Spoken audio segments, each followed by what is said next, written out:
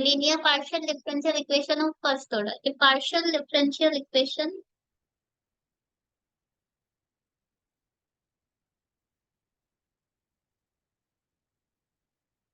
of first order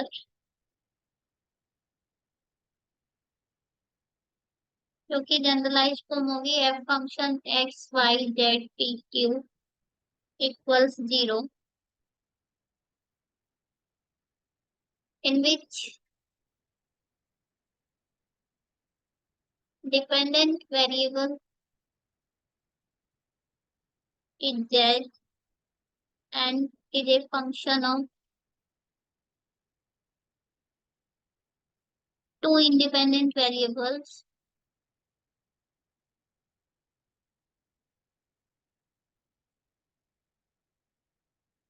x and y. It's called linear equation. If in this differential equation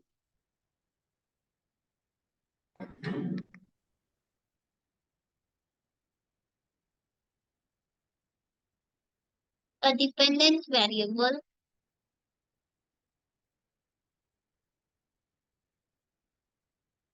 z and its partial differential coefficient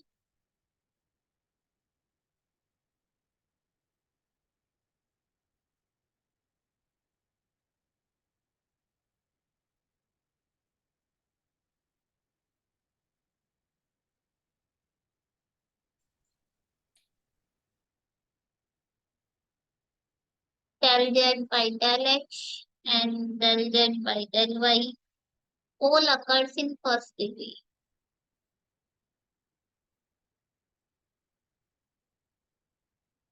इसकी general equation होती है कि f function होगा X Y का del Z by del x plus g function होगा X Y का del Z by del Y plus h function होगा X Y का मतलब जेड का कोफिशिएंट भी फंक्शन ऑफ एक्स वाई होगा इक्वल सी फंक्शन होगा एक्स वाई। यदि हमारी इस टाइप की है तो ये होगी लीनियर पार्शियल डिफरेंशियल इक्वेशन। देखो सेमी में क्या था ये। हाँ बताओ। हम जेड वाली टर्म समझनी थी, जेड वाली टर्म कैसे लिखी हुई है? इसमें जैसे ये है जेड का जो कोफिशिएंट होगा वो भी इस तरह से होगा एक्स प्लस वाई या एक्स इंटू वाई जेड। मतलब इसका जेड का जो कोफिशिएंट है वो फंक्शन ओनली एक्स और वाई का होना चाहिए। मतलब इसमें जेड स्क्वायर वाली टर्म नहीं आएगी, ओनली जेड का कोफिशिएंट का। जैसे उसमें फंक्शन ऑफ जेड था तो जेड स्क्वायर कुछ भी आ सकता था। बात समझ आ रही है? मैम जैसे मैं उन दो इक्वेशंस में फंक्शन ऑफ देखो अभी तो इसमें क्या है जो अभी सेमी लीनियर में कराई थी कि p का कोफिशिएंट भी फंक्शन ऑफ एक्स वाई होना चाहिए, q का कोफिशिएंट भी फंक्शन ऑफ एक्स वाई होना चाहिए और इक्वल टू एक और फंक्शन था जो एक्स वाई जेड का होना चाहिए था। यहाँ पे क्या है वो फंक्शन एक्स वाई जेड का ना होके जेड का कोफिशिएंट भी एक्स वाई का फंक्शन होना चाहिए और इसके अलावा और जो भी है वो एक्स वाई का हो सकता है। फॉर एग्जाम्पल अभी एग्जाम्पल से ज्यादा बेटर समझ आएगा तुम्हें। मैं तुम्हें दो एग्जाम्पल लेके दिखाती हूँ। जैसे हमारे पास है ये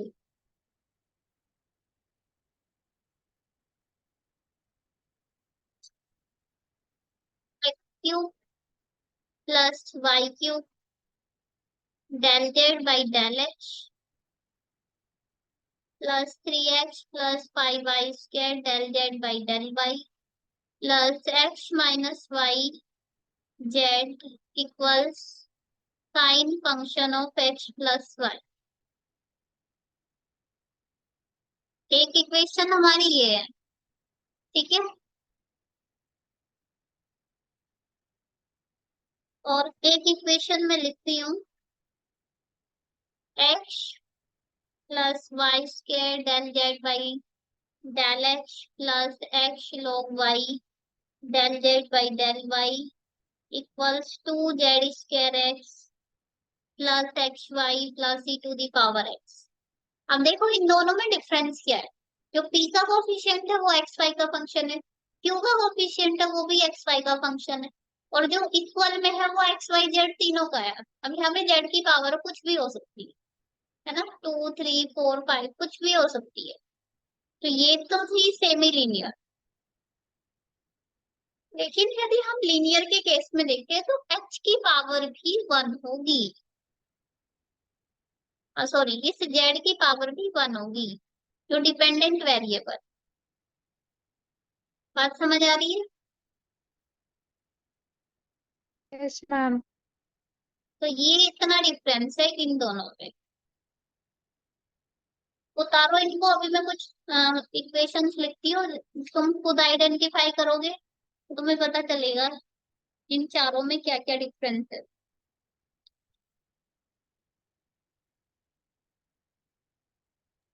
मैम एग्जाम में इनकी डेफिनेशन भी आती है फिर आइडेंटिफाई करने को आते हैं?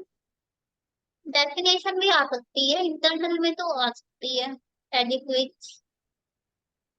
या ओके। आइडेंटिफाई करने के लिए भी आ सकता है। तुम्हें दोनों तरीकों से प्रिपेयर रहना है। ओके।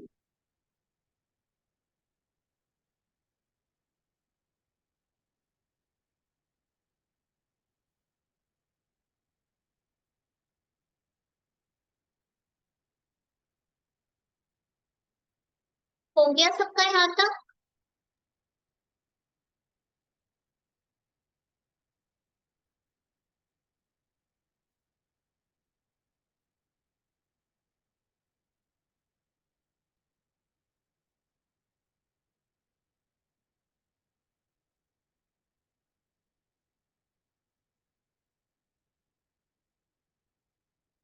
सब लोगों ने उतार लिया ये? Yes ma'am. ठीक है, फिर देखो क्वेश्चन देखो, तुम्हें समझ आइडेंटिफाई करना आएगा। ऐसे फर्स्ट क्वेश्चन में लिख रही हूँ, x square plus y square del Z by del x plus x minus y del Z by del Y plus x z equals 3x plus 4y। ये है, क्या बता सकते हो ये सेमी लीनियर है, लीनियर है, क्वासी लीनियर है, या non linear? Linear.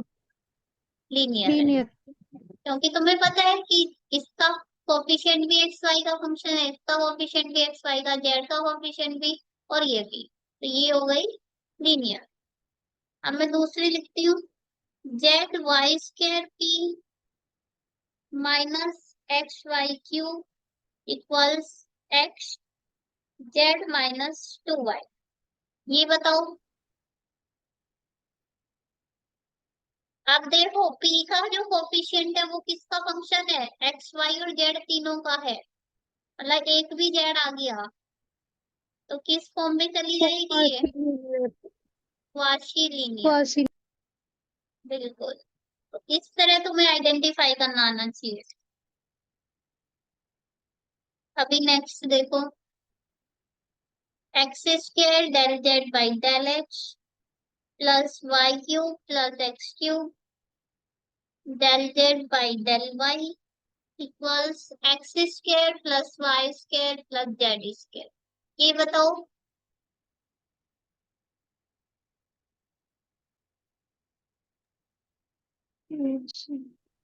Quasi linear. हाँ, क्वाशी में क्या होता नहीं। है, या तो p का कोफिशिएंट एक्स वाई जेड का फंक्शन हो या q का हो। एक और पढ़ी थी ना सेमी सेमी, लीनियर है, सेमी लीनियर। सेमी ये, लीनियर। हाँ ये होगी सेमी लीनियर। ठीक है, अब चलो एक और, x del u by del x plus y del u by del y whole square plus 3 del u by del z equals x square plus y square plus z. इसको बता सकते हो ये कौन सी है हमारी, लीनियर है, क्वाशी लीनियर है, सेमी नॉन लीनियर है या लीनियर। Non linear? नॉन। हाँ बिल्कुल सही है, ये नॉन लीनियर है, बिकॉज एक से ज्यादा पावर है तो नॉन लीनियर। तो अब आइडेंटिफाई करना आ गया। Yes ma'am. Ma'am non non linear में D Y by D Z लिखा है। ये यू भी हो सकता है, टी मतलब टी के बाद। हाँ ये जेड है। इसमें ओके। मतलब थ्री इंडिपेंडेंट वेरिएबल है, जो डिपेंडेंट वेरिएबल है वो यू है, और इंडिपेंडेंट वेरिएबल एक्स वाई और जेड है।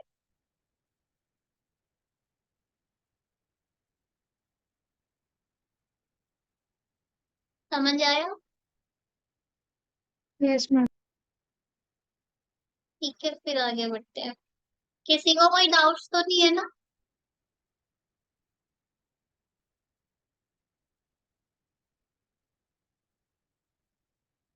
तुम में से किसी को कोई डाउट्स है इनमें? No ma'am. ठीक है फिर आगे। इसके बाद है Lagrange's partial differential equation.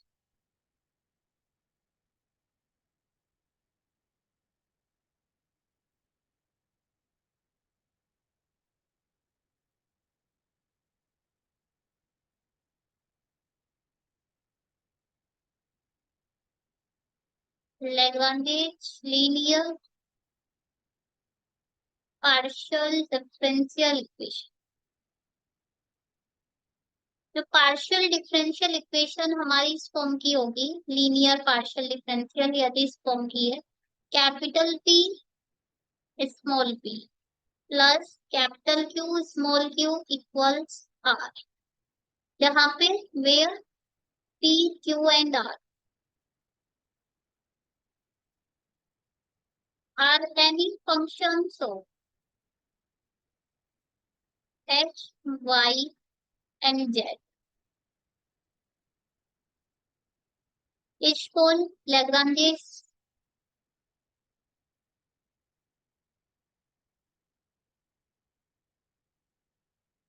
linear partial differential equation of first order।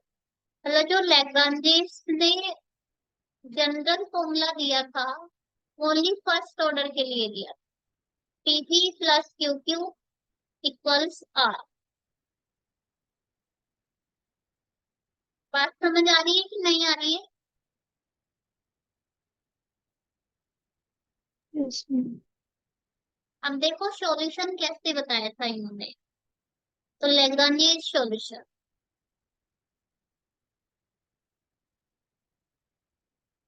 सबसे पहले जो हमारी पार्शियल डिफरेंशियल इक्वेशन होगी उसको हमें इस फॉर्म में चेक करना है कि इस फॉर्म में है या नहीं है। ठीक है, यदि इस फॉर्म की है तो फिर हम लैग्रांजेस मेथड से सॉल्व करें।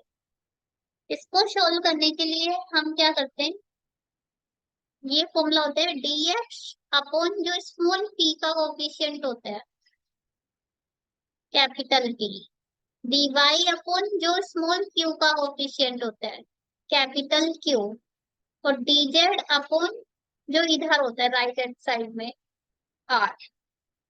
अब हम इसमें क्या क्या क्या करते हैं, किन्हीं भी दो इन दो को लेके सोल्व करते हैं, फिर इन दो को लेके सोल्व करते हैं। तो एक तो एक सॉल्यूशन आएगा u function of x Y Z equal to C1। एक फंक्शन आएगा v function of x Y Z equal to C2। जो इसका सॉल्यूशन होगा वो हो जाएगा f function of u v equal 0। अभी क्वेश्चंस कराऊंगी तो उससे ज्यादा बेटर समझ आएगा। अभी तुम्हें ये ध्यान रखना है कि इसकी जनरल इक्वेशन लैग्रांजे इक्वेशन लिखने के लिए आती है, तो वो ये होती है p p plus q q equals r, जहाँ पे पी और पी क्यू और आर कोई भी फंक्शन हो सकते हैं एक्स वाई और जेड की। ठीक है, बात समझ आ रही है कि नहीं आ रही है? Yes ma'am. ठीक है, यस। हमें क्वेश्चन कराती हूँ, उतार लो इसको। और ये जो लिखा है ना, ये लैग्रांज ऑक्सिलरी इक्वेशन है, dx upon capital P dy upon capital Q और dz अपॉन कैपिटल R।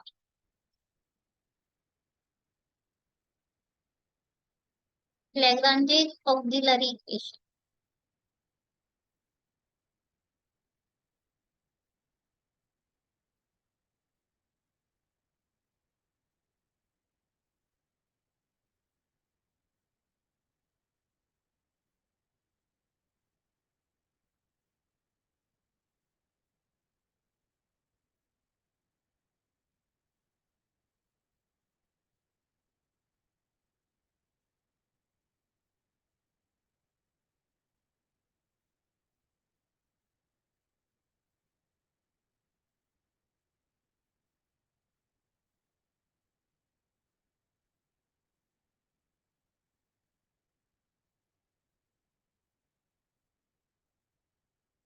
हो गया सबका यहाँ तक?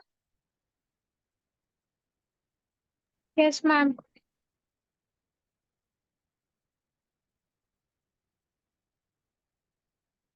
इंटरनल में जो आएगा ना, जो 3 दिनों में कराया उसी में से आएगा। Okay ma'am. अब इस पे क्वेश्चन देखो तो।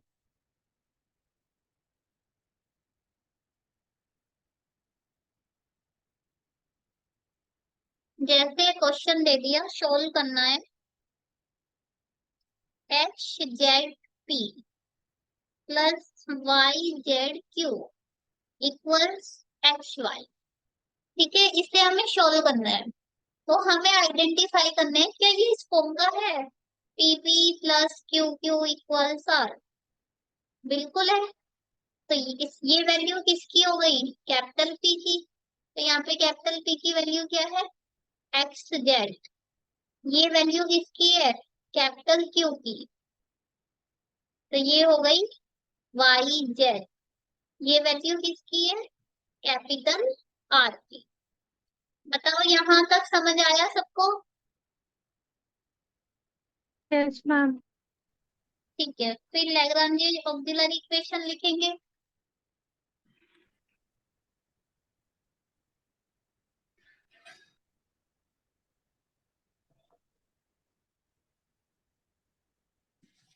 तो ये हो जाएगा, अभी बताई थी ना क्या होती है लैग्रांज जो auxiliary equation, dx upon capital P dy upon capital Q dz upon capital R। यहाँ पे वैल्यू रख दो कैपिटल P कैपिटल Q और कैपिटल R की। तो हमें क्या मिल जाएगा, dx upon x z equals dy upon Y z equals dz upon x y. यहाँ तक किसी को कोई डाउट है? No ma'am. No ma'am. Okay. अब हमारे पास ये 3 मल्टीप्लायर्स। अब हम दो दो को लेके सॉल्व करें फ्रॉम फर्स्ट एंड सेकेंड। तो ये हो जाएगा dx upon x z equals dy upon Y z. देखो इन दोनों से जेड कैंसिल आउट हो रहा है, और सिंपल जो फर्स्ट मेथड का वेरिएबल सेपरेबल से डायरेक्ट इंटीग्रेट कर दो, क्योंकि dx के नीचे x का फंक्शन है, dy के नीचे y का। उठा के इसको इंटीग्रेट कर दो तो क्या मिल जाएगा, ये हो गया log x, ये हो जाएगा log y। कांस्टेंट भी log में ही ले लो, वैसे जिधर x होता है उस साइड हम कांस्टेंट ऐड ऑन करते हैं। तो किधर कर लो इसको ऐड ऑन, x की साइड। तो यहाँ से हमारा क्या हो जाएगा, सी एक्स इक्वल्स वाई। तो c क्या आ गया, शिवन वाई। बताओ ये समझ आया कि नहीं आया? Yes ma'am. जैसे ही हम सेकंड और थर्ड को कर लेते हैं।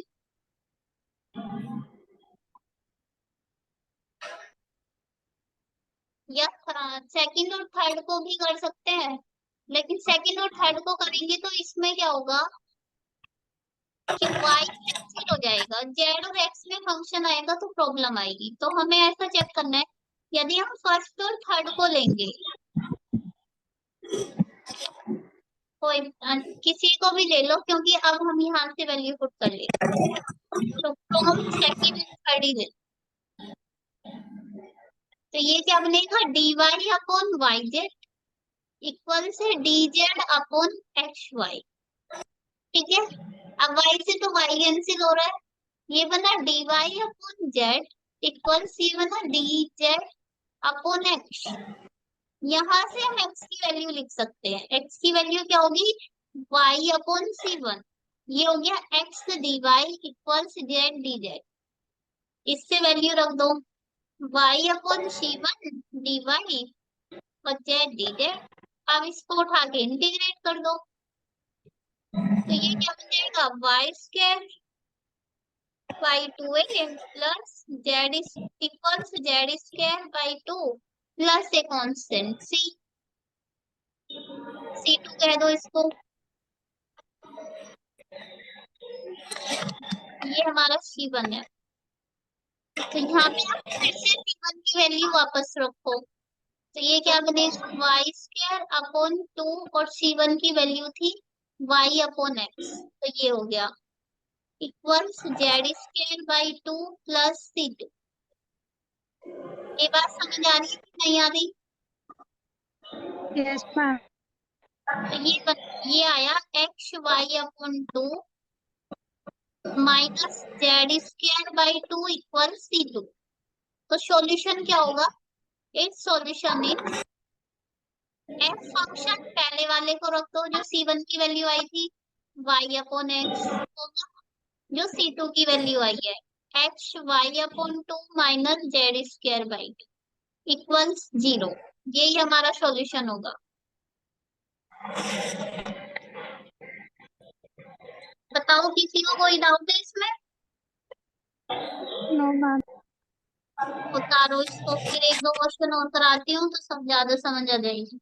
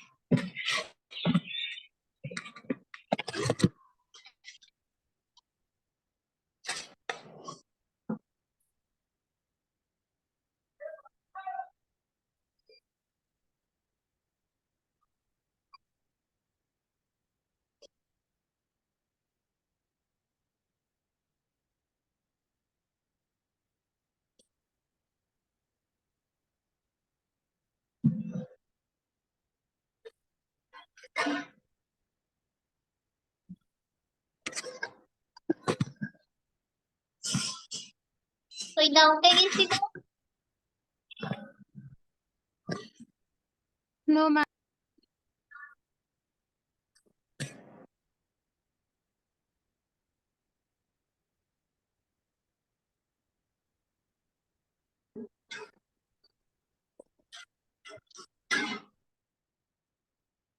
हो गया सबका ये। यस। ठीक है, फिर एक क्वेश्चन और देख लो। जैसे ये है p tan x plus q tan y equals tan z. तो हमें समझ आ रहा है कि ये हम किस फॉर्म का है, p p plus q q equal to r. तो यहाँ पे आइडेंटिफाई कर लो, p की वैल्यू क्या है टेन एक्स, क्यू की वैल्यू क्या है टेन वाई और r की वैल्यू क्या है टेन जेड। तो इट्स लैग्रांज ऑक्सिलरी इक्वेशन क्या हो जाएगी,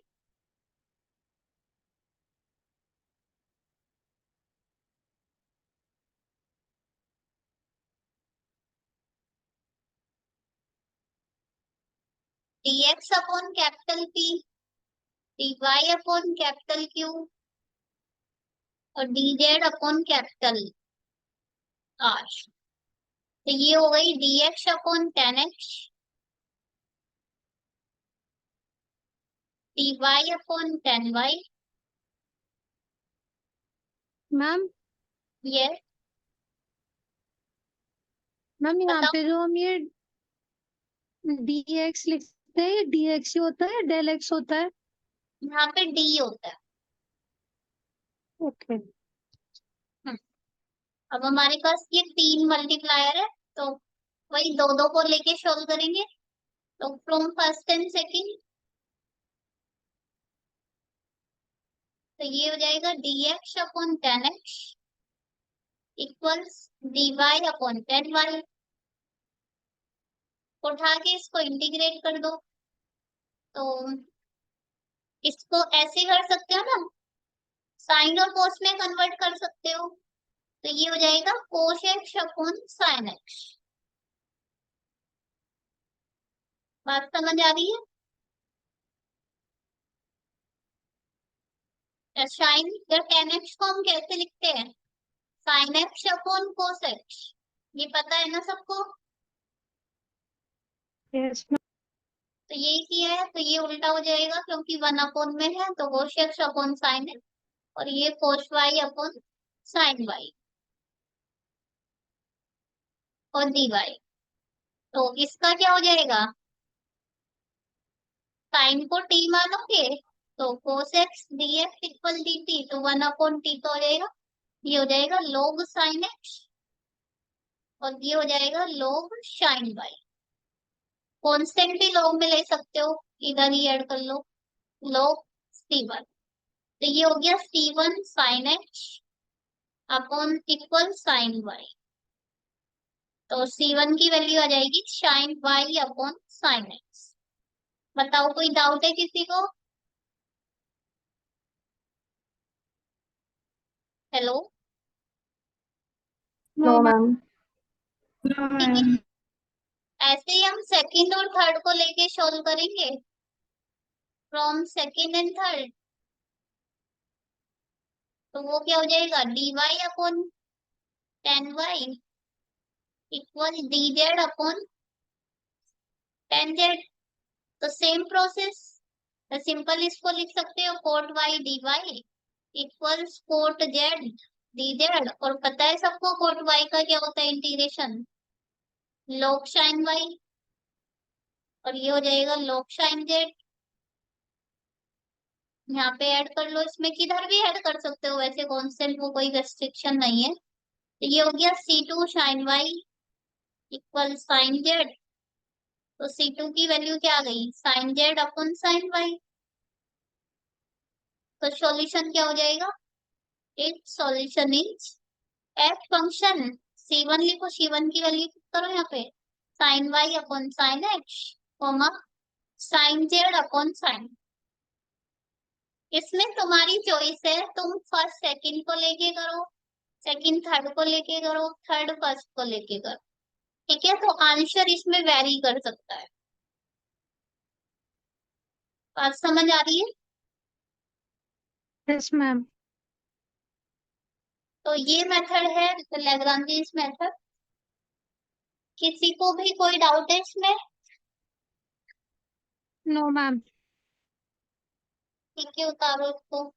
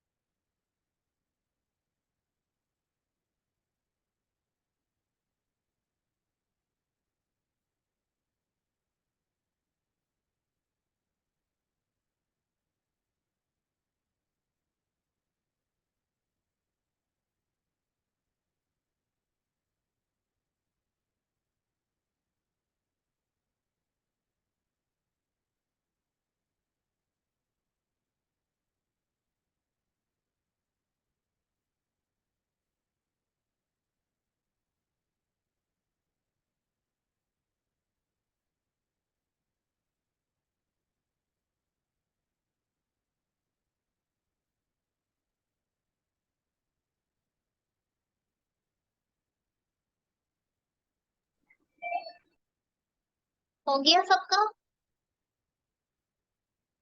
यस मैम। ठीक है, एक क्वेश्चन और देख लो फिर।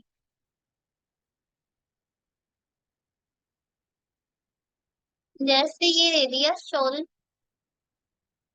pz minus qz equals z² plus x plus y whole square. ठीक है, तो सबसे पहले वही हमें चेक करना है कि क्या ये इस फॉर्म का है, pp plus qq equals r। फिर पी क्यू आर की वैल्यू रखो यहाँ पे। p की वैल्यू क्या होगी, स्मॉल z। q की वैल्यू क्या होगी, माइनस z, क्योंकि बीच में प्लस साइन। बात समझ आ रही है? हेलो। Yes ma'am.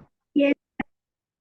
ओके, तो z की वैल्यू, r की वैल्यू होगी z² plus x plus y whole square. फिर वही लैग्रांजे ऑक्सिलरी इक्वेशन,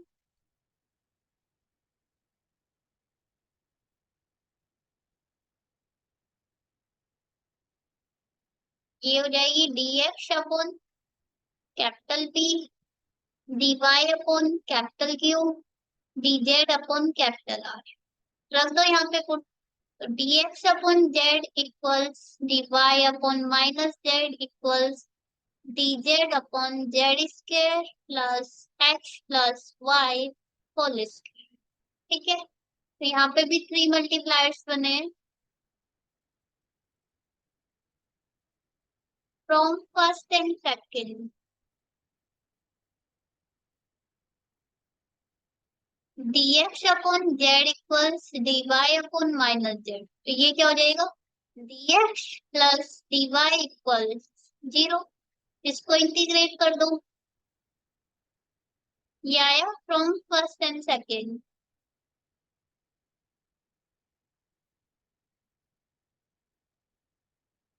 ये हो जाएगा x plus Y equals c1। ठीक है, मैम एट दी, माइनस। ये इधर माइनस था ना, इसलिए प्लस हो गया। ओके। ऐसे फ्रॉम सेकेंड एंड थर्ड,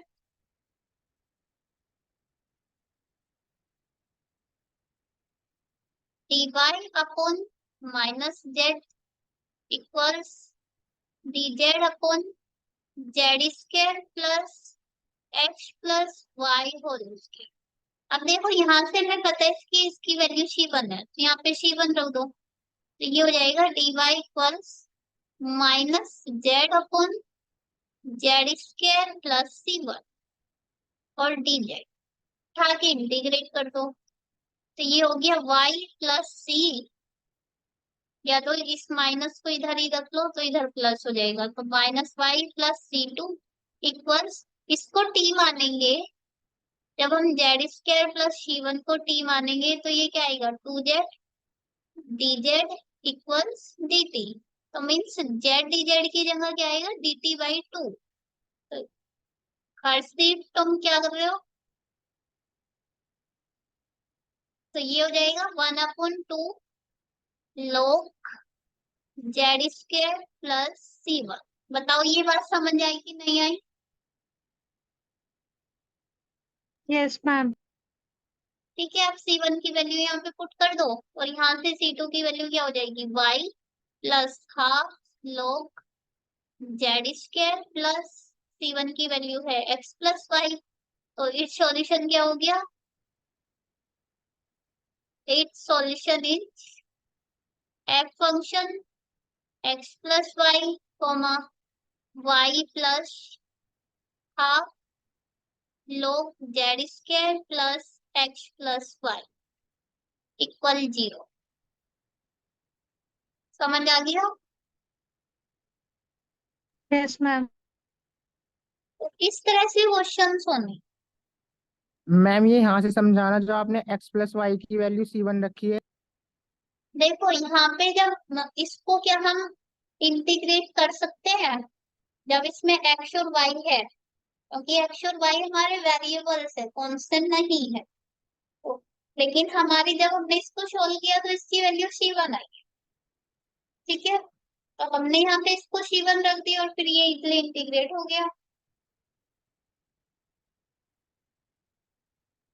बात समझ आई कि नहीं आई? एक्स प्लस वाई का उस पे वहां से होगा। नहीं, अच्छा, एक्स प्लस वाई का होल स्क्वायर था तो इसको C1 का होल स्क्वायर कर दो, फिर लास्ट में एक्स प्लस वाई का होल स्क्वायर ही आ जाए। ठीक है। Okay ma'am. तो किसी को कोई डाउट है इसमें? No ma'am. तो हमें बस ये देखना है कि इजीली इंटीग्रेबल हो जाए। हमारा काम क्या है कि दो दो दो को लेके इसको फिर इंटीग्रेट करके सोल्व करना। कभी कभी क्या होता है, हमें इनको जैसे हमारे ये सी बने हैं, तो जो नीचे वाले होते हैं इस तरह से होते हैं कि हम इनको इंटीग्रेट ही नहीं कर पाते। तो किसी भी दो को ऐड करके या सबसेट करके तब हमें सॉल्यूशन लाना होता है। एक क्वेश्चन इसी बेस पे है, देख लो, चलो लास्ट वन। मैम बस करना है। क्या? नहीं करना है तो कोई बात नहीं, जैसे तो मेथड तुम्हें समझा दिया। मैम करवा दो प्लस वाला। ठीक है करवा ना? दो। ठीक है, फिर देखो, solve y plus z into p plus z plus x into q equals x plus y. अब मैं डायरेक्ट लिखती हूँ उसकी ऑक्सिलरी इक्वेशन, क्या होगी? dx upon y plus z, ये हो जाएगा dy upon z plus x, और ये होगा dx dz upon x plus y. ठीक है, ये है। तो अब हम क्या करेंगे, देखो इस इन दोनों को यदि हम फर्स्ट और सेकंड को लेंगे तो जेड है इसमें, तो यदि हम इन दोनों को घटा दें तो क्या बनेगा? dx minus dy। इसमें क्या होता है, ऊपर वाला ऊपर से सबसेट करते हैं, नीचे वाला नीचे से, तो ये बनेगा y plus Z minus Z minus, तो ये आ गया dx minus dy upon y minus x। ये बात समझ आई कि नहीं आई? Yes ma'am.